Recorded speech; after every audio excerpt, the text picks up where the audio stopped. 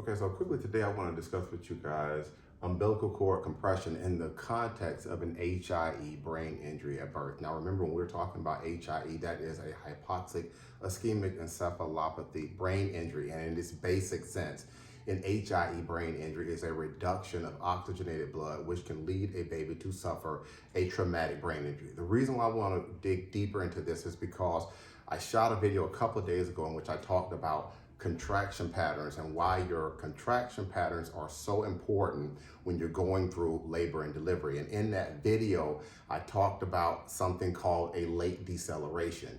And offline, that triggered a lot of questions. And so I'm gonna do a little bit more today in the context of umbilical cord compression and why umbilical cord compression also ties into that late deceleration concept. All right, so for today's talk, there are, as you can see on the board, there are three main ways in which an umbilical cord can become compressed or squeezed, with the first one being is when the cord is wrapped around the baby's neck or body. When the cord is around a baby's neck, that is in the medical sense called nuchal cord, all right? And so from a medical legal standpoint, that is definitely something that when we are trying to help families understand as to what caused their baby's HIE brain injury, nuchal cord is definitely something that we take a look at because of the nature of cord compression when we're talking about nuchal cord. Number two is if the umbilical cord gets tangled or knotted. That in and of itself, that can also create umbilical cord compression. And number three is if the umbilical cord is trapped between the baby and the uterus.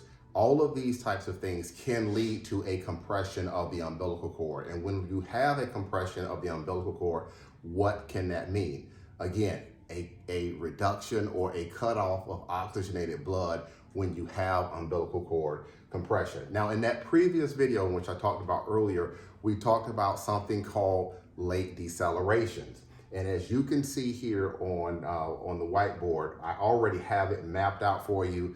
I went into more depth in the previous video, so watch the previous video if you have more questions about that. But what you can see when we're talking about a late deceleration is we have mom down here on the bottom, and as you know, labor and delivery is going on with the electronic fetal heart monitor, the monitor will pick up mom's contraction. This right here is mom's contraction. On the top, you can see baby. This is baby's heart rate that's going between 120 and 130 beats per minute. And so as it goes along, when mom has a contraction, baby begins to react to the contraction after mom has had her contraction. So you have the contraction right here. The late deceleration happens here. Late decelerations are something that when we are reviewing the readings from the electronic fetal heart monitor, which produces these types of strips, from a medical legal standpoint, when we are going through this and we see these types of patterns, late decelerations, when they continue to go on for a considerable amount of time, this can be a signal of problems for the baby. Late decelerations are also something that should alert the medical professionals that there may be umbilical cord compression happening, because as the compression occurs, you will begin to see, this is how they will manifest themselves on the electronic fetal heart monitor. When a cord compression, when it looks like there's signs of cord compression, there are a couple of things that medical professionals can do. They can do a position change for mom, move mom around. In addition to that, a catheter can be used to insert more fluid into the uterus to create more space. When there is more space, then the cord can float around better. And usually you can have cord compression if when water has broken, the water is gone. So there's no more area for the umbilical cord to float around in. So those are two things that medical professionals can do when they suspect that there is umbilical cord compression. Now, where we come in, when a baby has suffered an HIE brain injury and parents have questions as to what caused this, was this something that genetics caused, or was this something that developmental issues caused?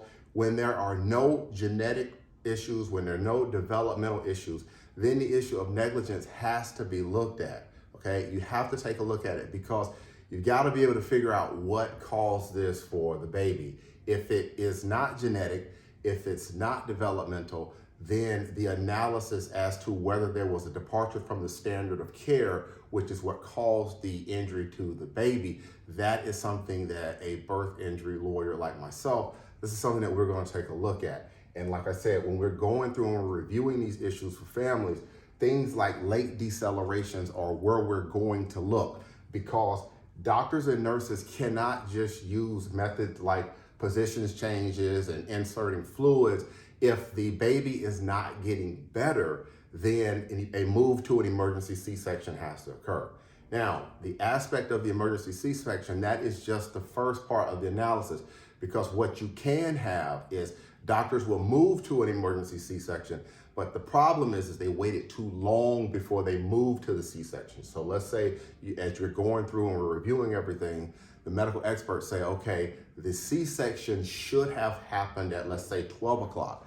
But for whatever reason, doctors and the nurses, they did not perform the C-section at 12 o'clock. Let's say they waited to 2 or 3 o'clock. So as you can see, you've got a 2 to 3 hour delay here on the C-section. So just because the C-section was performed, that does not end the analysis as it pertains to whether the medical professionals moved in a timely manner. So I say all of that to say that when we're talking about umbilical cord compression, there are a lot of factors that go into play when we're talking about umbilical cord compression, and that this is something that is very serious that goes on, especially if it goes on for a considerable amount of time. You're going to have some compression. That is just going to happen because, like I said, contractions can cause it. But when the monitor is showing these late decelerations continuously, and like I said, nothing is being done, then doctors and nurses, they have to move accordingly based on what they're seeing.